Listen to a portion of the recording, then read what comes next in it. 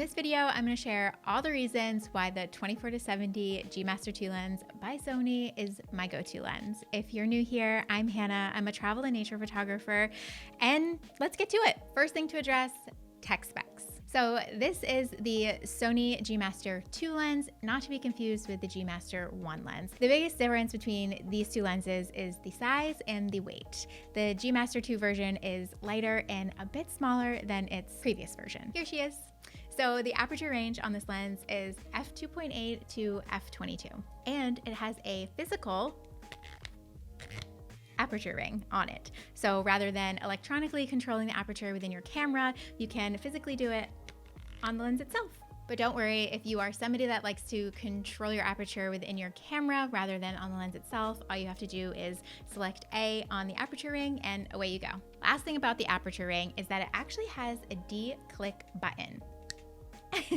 So you can click that on or off, and the stops on the aperture ring will become hard or they will become soft, which means you can either physically feel the clicking or it's smooth as butter. It also has two programmable buttons and a zoom smooth switch. So this is going to control how smooth or how tight the lens is when you're zooming in or zooming out. Like other G I lenses, this lens also has a switch that controls whether the camera is in autofocus or if it's in manual focus. Last few tech specs. This has an 82mm thread and is dust and moisture resistant. It's not waterproof, and it comes with a lens hood, which has a little filter window. This lens comes in at about $2,300, and let me tell you why it is worth every single penny. Let's put it down. If I could have just one lens, it would be this 24-70 G II lens by Sony. And I have a lot of reasons why, but first I want to preface this by saying I started photography on a 24-70. So coming over to Sony from a different brand, it was kind of a no-brainer to get another 24-70, but I didn't realize how much of an upgrade I was getting with this lens. So the main thing that I feel like I get from this 24-70 as a photographer and as somebody who shoots a lot of video is the versatility.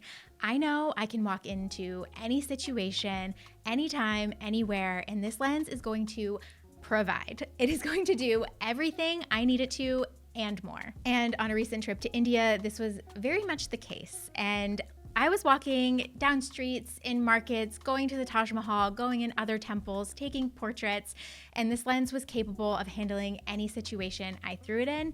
And to just have a piece of gear that I can use in any situation like that, that versatility is priceless. And when I travel, really, this lens is on my camera, I'd say 90% of the time. And that's because when I'm leaving out the door in the morning, I don't know what I'm walking into.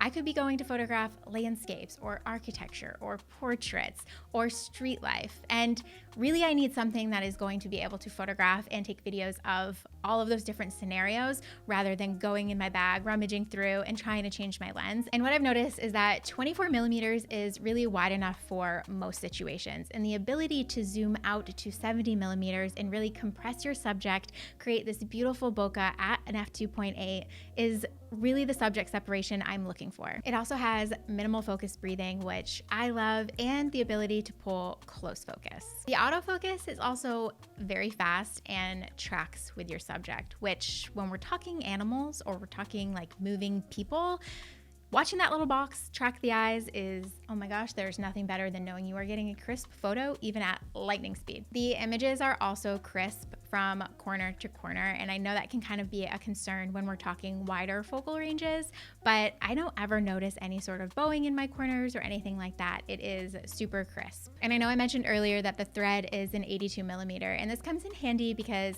I have a few other G I lenses that are also an 82mm thread, so I can interchange my filters on all of those lenses that share the same thread. So who is this lens good for? Everyone. This is the lens I am constantly recommending when people ask me what I shoot on or what should they buy as the first lens in their kit. And if you haven't guessed it already, the versatility is a major selling point on this. This lens allows me to photograph, like I said, landscapes, wildlife, portraits, cityscapes, street photography, all of those things and so much more.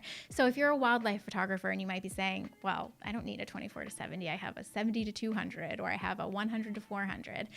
You might want some landscape shots to go along with those really tight portraits of animals, and this lens is the lens for that. And I think a common, I wouldn't even say misconception, but for the sake of this video, we're gonna call it a misconception, is when you buy a zoom lens, you are giving up a lot of quality. And while that might be the case on some lenses, that is not the case on this one. It really strikes the perfect balance between versatility, because I can go from 24 to 70 millimeters, and quality. My images and videos that I get using this lens are so crisp. So if you're in the market for a new lens, or you shoot and take photos of any of the things I mentioned in this video, I'm gonna go out on a limb and recommend the 24 to 70. I love it, and I think you will too. So if you take away one thing from this video, let it be known that this lens is small, it has huge versatility, and offers exceptional quality. As always, thank you so much for watching, and I will catch you in the next one.